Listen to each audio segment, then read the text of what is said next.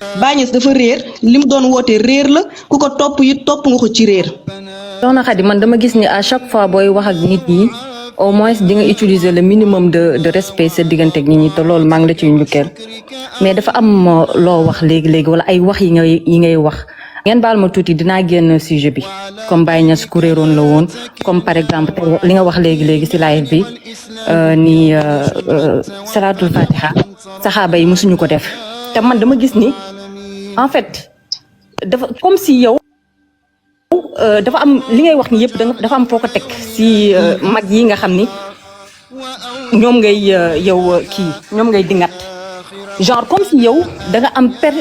tu es persuadé da nga am lu leer yow wala li ñu doon def baaxul en fait li ngeen di wax yëpp tegoo leen ko fenn amul benn preuve boo leen di apporter yéen si daaj yi ngeen di daaj loolu mooy un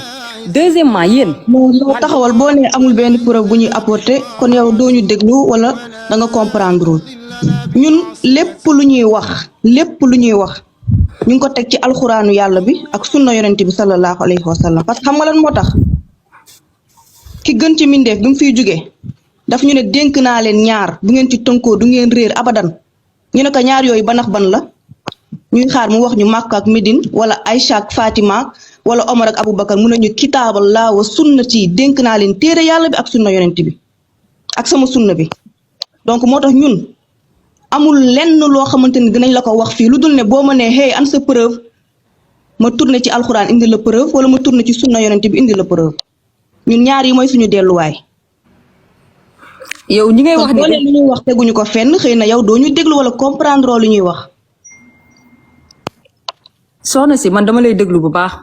mais boo nee nit dafa réer nit dafa sànku yow loolu mënoo ci apporter preuve. deuxièmement man kan laa wax dafa réer Baye Niass laa wax dafa réer. Baye Niass ak même Cheikh Tidiane radiyallahu man dama bëgg. xaar da ngay poser question benn par benn damay waaj a fay nii da ngay poser question benn par benn yow yaa tax ma yéegaan man tàggatoo woon naa pare. man su ma nee Baye Niass dafa réer fu leer naññ laa ko teg. fan nga ko teg. Baye Niass dafa réer li mu doon woote réer la ku ko topp it topp nga ko ci réer. Baye Niass pas-pasu wahdatul wujud lay woote mooy lan lépp yàlla la fan la rootee pas-pas boobu ci ñoom Ibnu Arabi kooku ak ñu mel ni moom borom xam-xam yu bëri dañ leen a takfiir. jullit bi amoo droit gëm ni lépp yàlla la.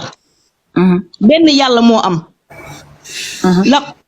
yow jàng nga suratu Ixlaas qul huwallaahu ahad waxal yow Muhammad yàlla kenn la. allahu samad si yàlla lu ñëpp di dellu lam yalit jurul kenn walam yulad te kenn juru ko walam yakun lahu kufuwan ahad amul lenn lu nduroog yàlla ci leen kon ñoom bu ñu ñëwee ne lépp yàlla la ñun wax boobu dañ koy weddi te fuñ ko teg mooy ci alxuraan fii lañ ko teg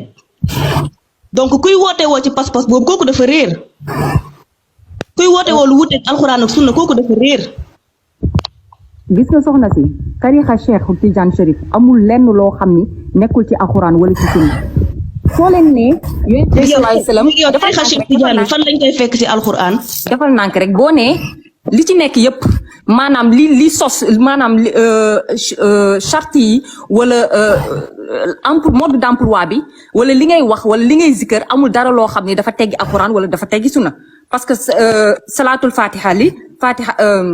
la ilaha illallah salatu ala nabi la wala salatul fatiha comme vous voulez la ilaha illallah ak istighfar dama wax benn wax xamu ndax bàyyi ma ko xel yàlla daf ñu tegal ay condition ne ñu condition yi tant que mataloo leen ko seen jaamu duma ko jël mooy lan mooy soo leen may jaamu man yàlla dafa war a fekk ma diggal leen ko benn ñaar soo leen may jaamu man yàlla da ngeen ko war a royee ki ma yónni deux ñett soo leen may jaamu dafa war a ànd ak ixlaas salaatul fatih fan lañ koy fekk ci alxuraan léegi man lii mooy sama question tontu ma question bi baqara ba naasi fan la ñuy yàlla digalee ñu wirdu salaatul fatih soo mu mënee lii bi bismillah d'accord xam nga nit ku maandu balaa muy weddi li muy weddi si boppam day indi dalil que ni yonent bi sallallahu alayhi wasallam yéen li ngeen di wax indi leen ci alxuraan ak ci sunna que ni yonent bi daf koo tere est-ce que yonent bi sallallahu alayhi wasallam dafa ni tontu sama question salaatul fatih fan lañ koy fekk si alxuraan soxna si il faut que ñu déglante en fait il faut nga déglu ma waaw mais man depuis sànq maa ngi tontu say question yow tamit eelu na de répondre à mes questions dama la ko ñaan rek tontu sama xam nga da nga ñëw nga ne ñun lu ñuy wax teguñ ko fenn ma wala ne la ñun lu ñuy wax ci alxuraan yàlla bi lañ ko te ak ci sunna yonent bi léegi yow da nga ñëw pour saxal salaatul fatih dafa ndànk yow fatiha bi nga indi wax ma fan lañ koy fekk ci alxuraan tontul salaatul fatiha man awma xam-xam jànguma